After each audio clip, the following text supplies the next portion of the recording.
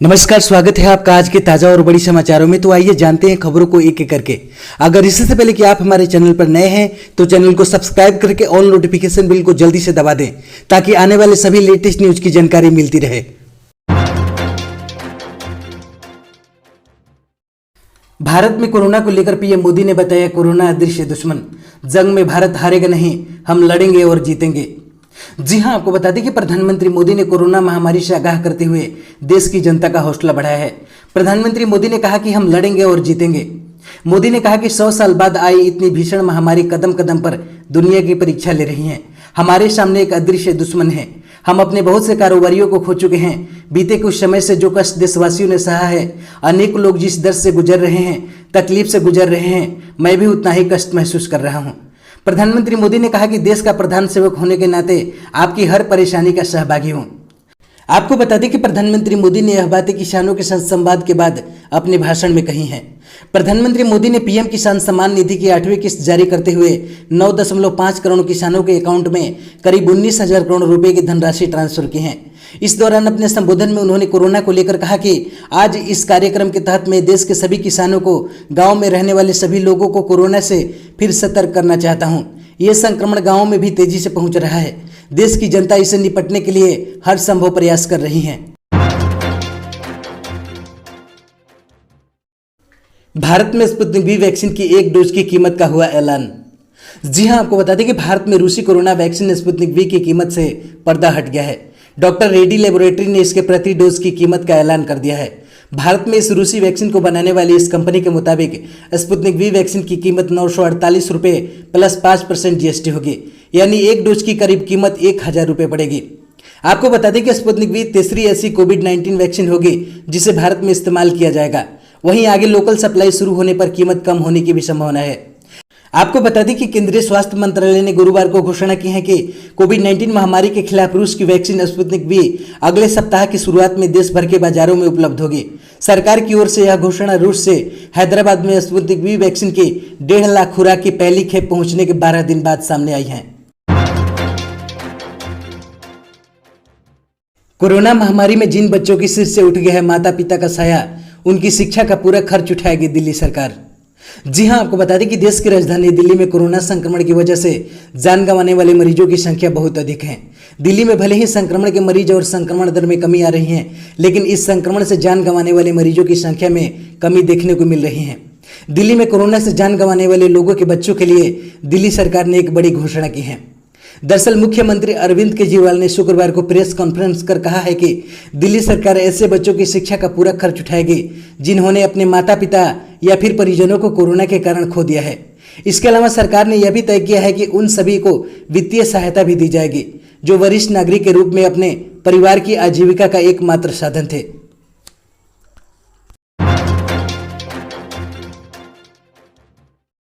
गंगा नदी में मिले शव पर मानवाधिकार आयोग हुआ सख्त, केंद्र और यूपी बिहार सरकार को भेजा नोटिस।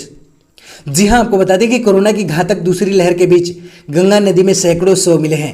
अब इस पूरे मामले में राष्ट्रीय मानवाधिकार आयोग यानी एनएचआरसी ने गुरुवार को उत्तर प्रदेश और बिहार में गंगा नदी में पाए गए शवों के बारे में शिकायत का संज्ञान लिया है। वहीं केंद्र सरकार के साथ साथ यूपी और बिहार सरकार को भी नोटिस जारी किया है। आयोग ने दोनों राज्यों के मुख्य सचिवों और सचिव केंद्रीय जल मंत्रालय को 4 हफ्ते के भीतर कार्रवाई की रिपोर्ट देने के लिए कहा है। आयोग ने नोटिस में कहा कि अधिकारियों को जनता को शिक्षित करने और गंगा नदी में आधे जले हुए विसर्जन की आंच में विफल पाया गया है।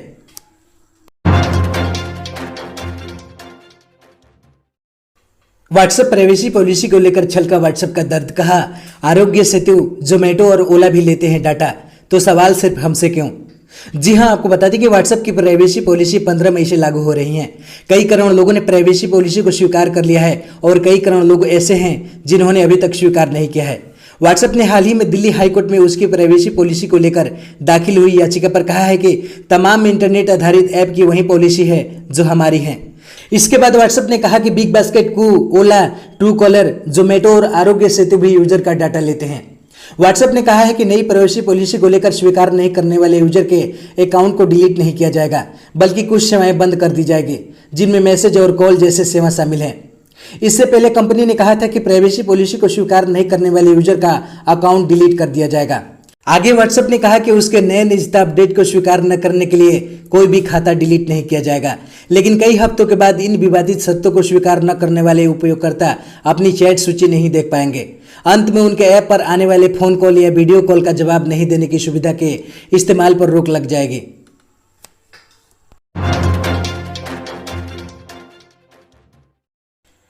कोरोना के बढ़ते मामलों को देखते हुए 12वीं बोर्ड परीक्षा रद्द करने की मांग जारी। जी हां, आपको बता दें कि सीबीएसई 12वीं बोर्ड परीक्षा देने वाले छात्रों का इंतजार अभी और लंबा हो सकता है। केंद्रीय माध्यमिक शिक्षा बोर्ड यानी सीबीएसई ने शुक्रवार को कहा कि अभी तक कक्षा 12 बोर्ड परीक्षा पर कोई फैसला नहीं लिया गया है। हालांकि कोविड-19 महामारी की स्थिति को देखते हुए स्टूडेंट और पेरेंट्स एग्जाम कैंसिल करने की मांग कर रहे हैं। दरअसल सीबीएसई के एक सीनियर अधिकारी ने कोविड-19 महामारी की स्थिति पर चिंता व्यक्त करने वाले छात्रों और अभिभावकों के वर्ग की मांगों पर जवाब देते हुए कहा कि 12वीं क्लास बोर्ड परीक्षाओं को लेकर अभी तक परीक्षा रद्द करने या आयोजित करने पर कोई निर्णय नहीं लिया गया है। जैसा कि अनुमान लगाया जा रहा है कि इस मामले में लिए गए किसी भी निर्णय को आधिकारिक तौर पर जनता को बता दिया जाएगा।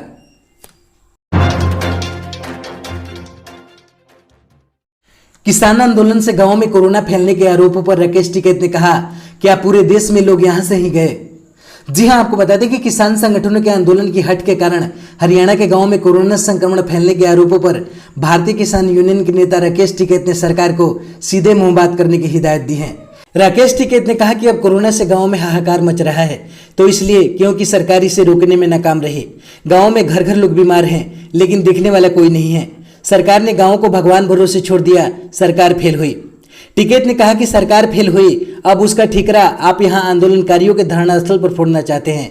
इनके पास कुछ और नहीं रहा तो अब अन्नदाता के आंदोलन को ही बदनाम करो। आगे उन्होंने कहा कि मैं पूछना चाहता हूं, क्या पूरे देश में लोग यहां से ही गए हैं? सीएम ममता बनर्जी ने पीएम मोदी को लिखा पत्र, बंगाल में ऑक्सीजन प्लांट निर्माण को लेकर टाल मटोल का लगाया आरोप। जी हां, आपको बता दें कि पश्चिम बंगाल की मुख्यमंत्री ममता बनर्जी ने शुक्रवार को पीएम नरेंद्र मोदी को पत्र लिखकर राज्य में पीएसए प्लांट यानी ऑक्सीजन प्लांट की स्थापना में देरी का आरोप लगाया। उन्होंने कहा कि हमें राज्य में 70 प्लांट लगाने की जानकारी दी गई थी, अब कहा जा रहा है कि प्रथम चरण में सिर्फ 4 लगेंगे, बाकी के बारे में कोई जानकारी नहीं है। ममता बनर्जी ने आगे लिखा कि दिल्ली के अनिर्णय की वजह से राज्य की एजेंसियों द्वारा पीएसए प्लांट लगाने की पूरक योजना पर भी काम नहीं हो पा रहा है।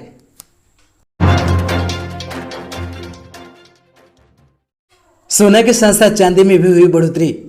जी हां, आपको बता दें कि इस दौरान राष्ट्रीय राजधानी में सोने और चांदी की कीमत में तेजी दर्ज की गई है। राष्ट्रीय राजधानी में 24 कैरेट वाली पीली धातु यानी सोना 146 रुपये बढ़कर 47,110 रुपये प्रति 10 ग्राम पर पहुंच गई। HDFC सिक्योरिटी के अनुसार पिछले कारोबारी सत्र में पीली धातु यानी सोना 46,964 रुपये प्रति 10 ग्राम पर बंद हुई थी।